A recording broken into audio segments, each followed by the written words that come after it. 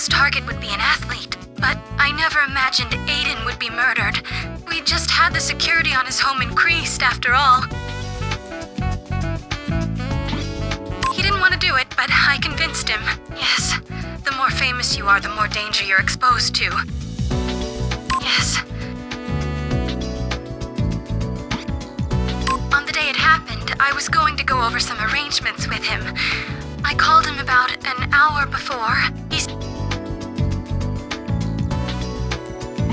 He seemed to be perfectly normal then. When I parked in front of his house, it suddenly exploded. Huge flames just burst out of the windows. It was so sudden. I thought that there had been a gas leak or something and that I had to rescue him.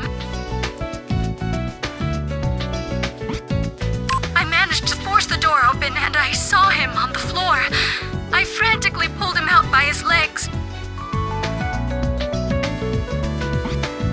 By the time I got him out of the house, he wasn't breathing anymore.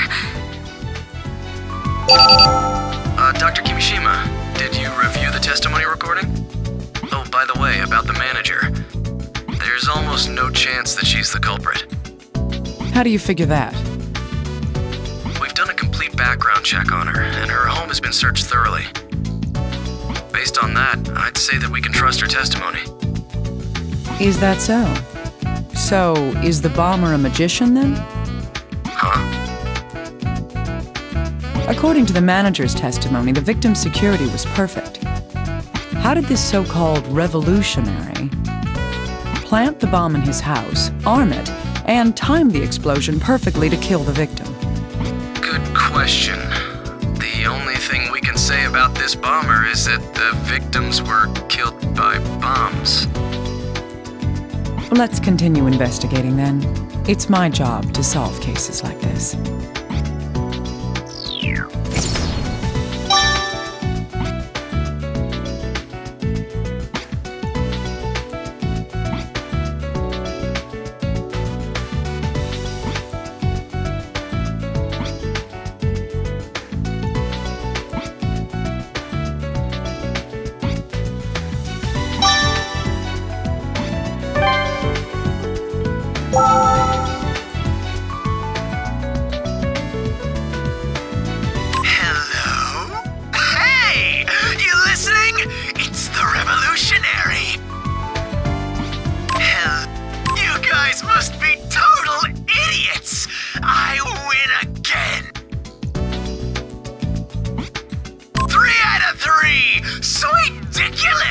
Seriously, the police here are a joke. But still, now the big boys are listening, yeah? Stepping up to the plate. You know, who is it that's in the newspaper? The Corpse Whisperer?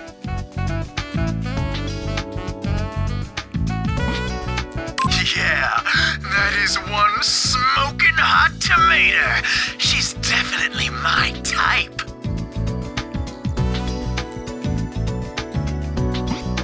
Now that she's paying attention, I'll be nice and give this my best shot, too.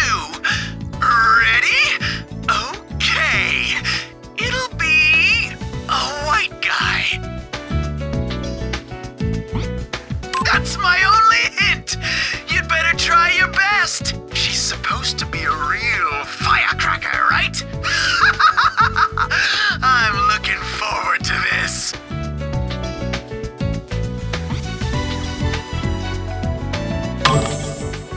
What a lunatic. He disgusts me. This murder is just a game to him. Sick bastard. Well, it's not like we're ones to talk. Have you forgotten our promise, little guy? Oh, right. No talking about the past. Sorry. So, was the voice on the phone processed at all? We've run a spectrographic analysis on the voice from the recording. It doesn't look like there's any audio manipulation being applied to the voice. Cocky bastard. I see. So that's the revolutionary's real voice, is it? If that's true, then we can tell that he's...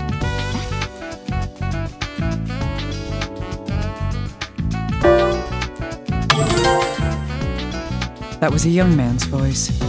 He also gave us an advance notice of the next bombing. He said that his next target would be...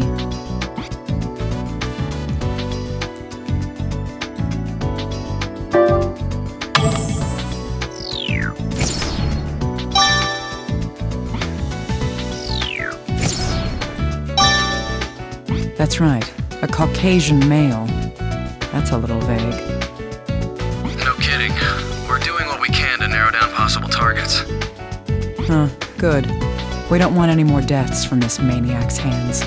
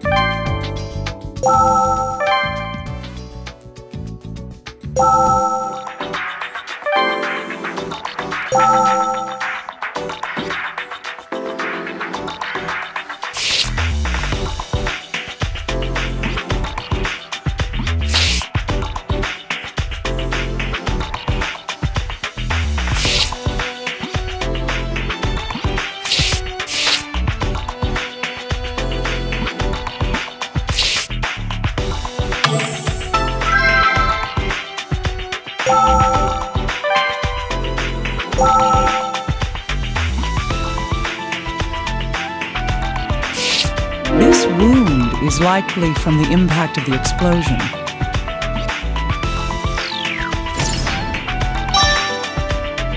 Studying the pattern of these wounds may help us determine how far the victim was from the explosion.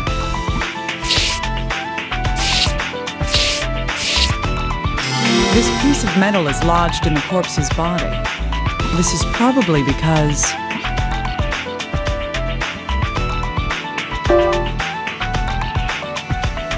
Right. The force from an explosion can turn almost anything into a deadly projectile. We'll need to look at this later to find out just what it is, though.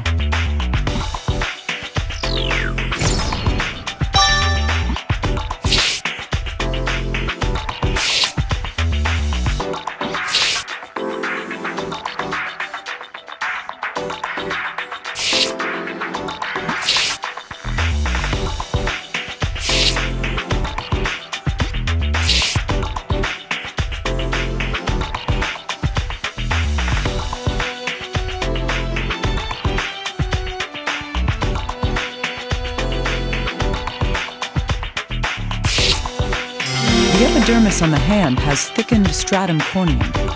This indicates repeated application of pressure, friction, or force to this area. A condition commonly known as a callus. If I recall correctly, his occupation was...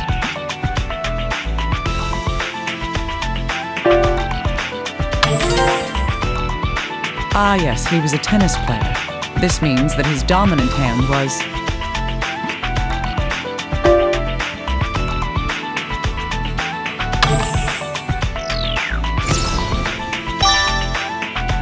Right. This, along with the musculature on the arm, suggests he was right-handed.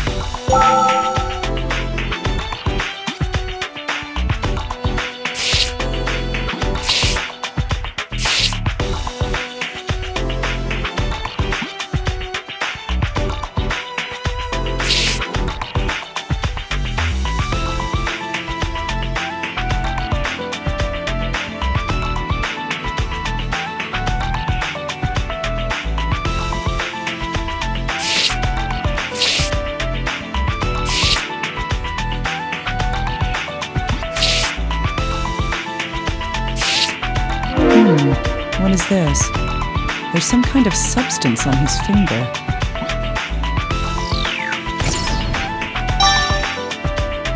It's peculiar that it's there. Further research may tell us more.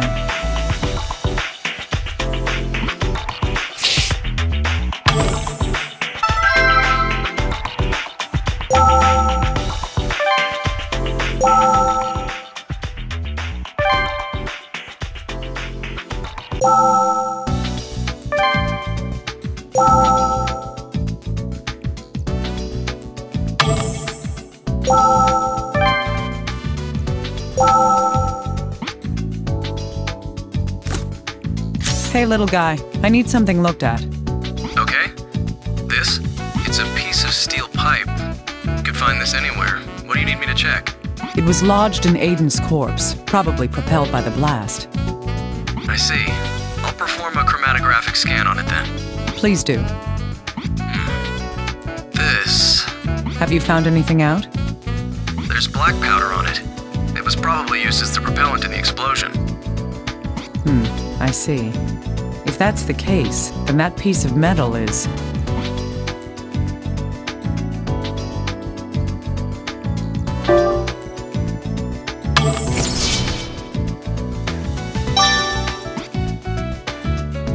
Yes, it's most likely part of the bomb that killed the victim. Black powder and a steel pipe. We're one step closer to finding out how this bomb was made.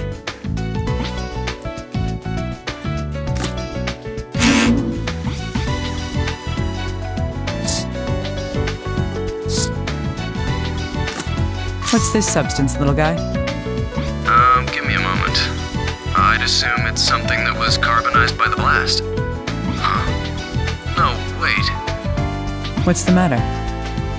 Well, this isn't soot or a remnant of something that had been burned. Then what is it? If I were to make a decision based on what I see here, it's carbon dust. Carbon dust? Why would something like that be on the victim?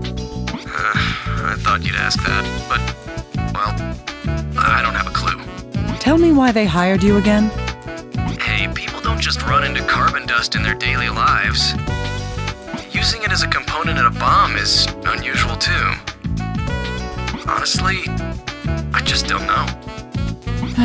Oh well. Let's just keep this fact in mind for later then.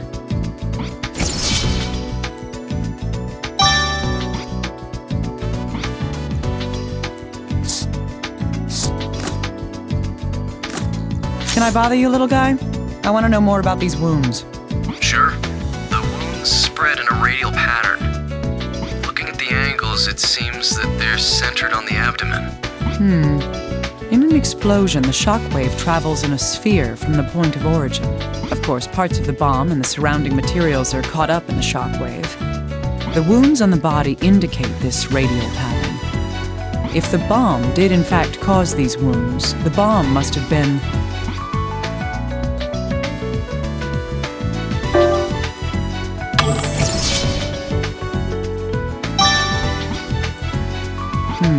Yes. It would have been very close, within a meter of the victim. In other words, the bomb was right in front of the victim when it went off. Yikes. I'd never want that to happen to me.